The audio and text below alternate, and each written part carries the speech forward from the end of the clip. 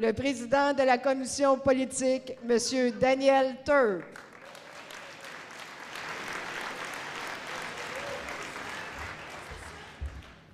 Merci, Lynn, pour ce rappel sur la jeunesse. Monsieur le Président du Parti québécois, cher Jonathan, Mesdames et Messieurs les délégués du Conseil national, Messieurs, Madame les observateurs, j'ai le plaisir de vous faire rapport sur les travaux de la commission politique dont le mandat est, je vous le rappelle, et ce sont les statuts qui nous l'indiquent, et de soutenir le processus d'élaboration du programme et des positions du parti. Et dans cette perspective, la commission politique que je préside depuis mars dernier s'est réunie. J'étais très fier, d'ailleurs, dans les locaux de notre permanence nationale de Québec, dans notre capitale nationale, parce que nous avons maintenant une permanence dans notre capitale nationale. Et elle s'est réunie le 22 octobre pour examiner le projet de cahier de réflexion qui vous a été transmis pour les fins des débats qui auront lieu dans le cadre de notre premier colloque sur le développement, le gouvernement souverainiste et le développement culturel.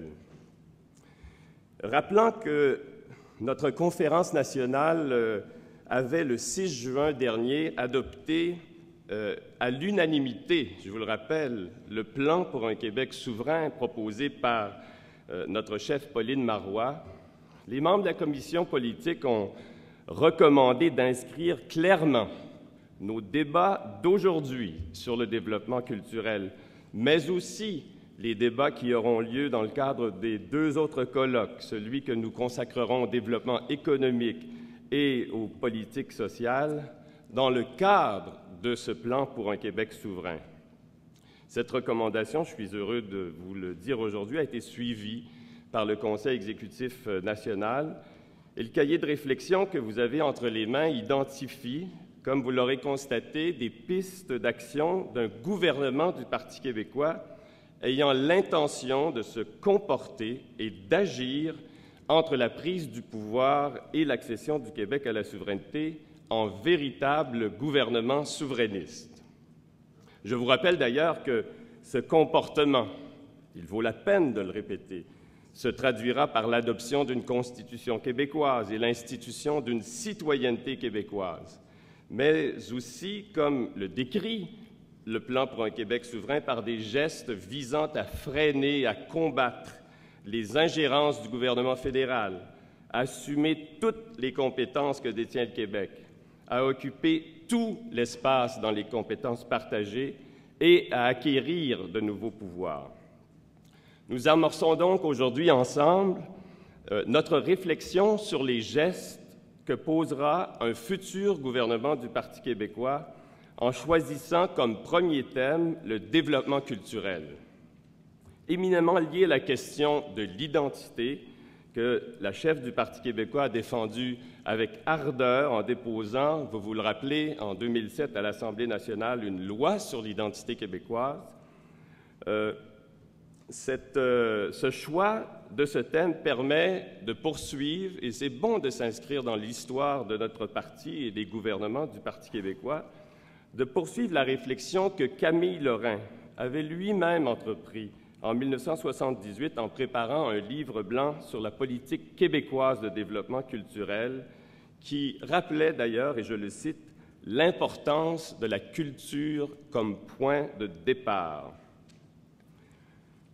Notre colloque d'aujourd'hui nous invite également à répondre aux souhaits formulés par le premier ministre Jacques Parizeau dans ce livre, dans La souveraineté du Québec d'hier à demain, que je vous recommande de lire d'ailleurs, de la première à la dernière ligne.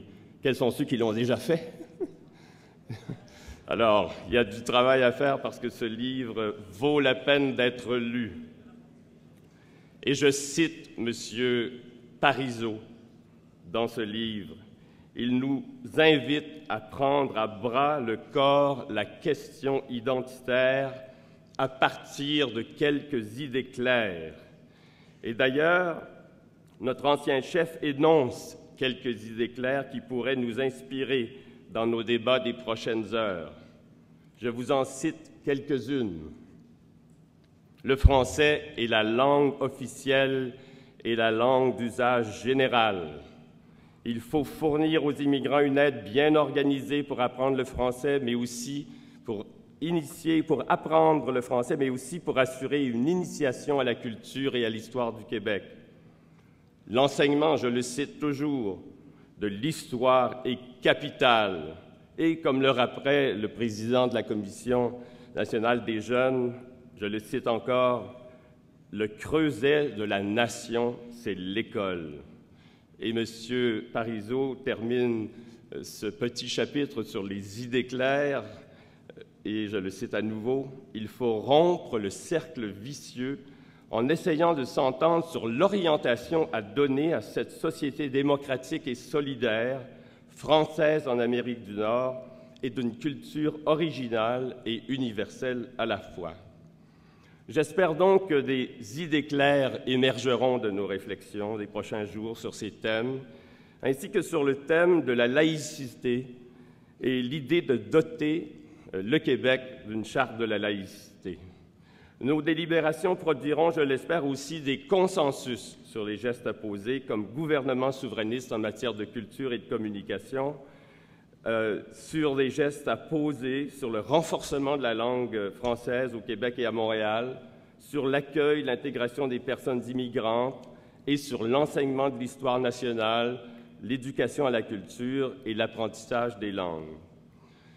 Je suis toujours convaincu que le projet d'indépendance nationale pour le Québec est celui qui est le plus porteur pour la nation québécoise.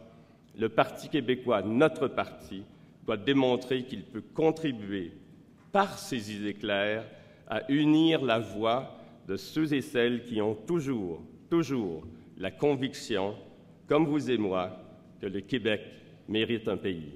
Merci.